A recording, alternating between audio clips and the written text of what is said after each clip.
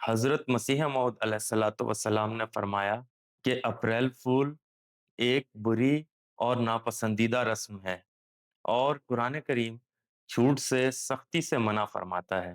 جھوٹ بولنے والوں پر نہ صرف لعنت کی گئی ہے، بلکہ انہیں شیطان کا ساتھی بھی بتایا گیا ہے۔ اسلام نہ صرف جھوٹ بولنے سے روکتا ہے، بلکہ جھوٹوں کی صحبت سے بھی بچنے کی تاکید کرتا ہے۔ جھوٹ بولنا مذاق میں بھی بالکل جائز نہیں ہے۔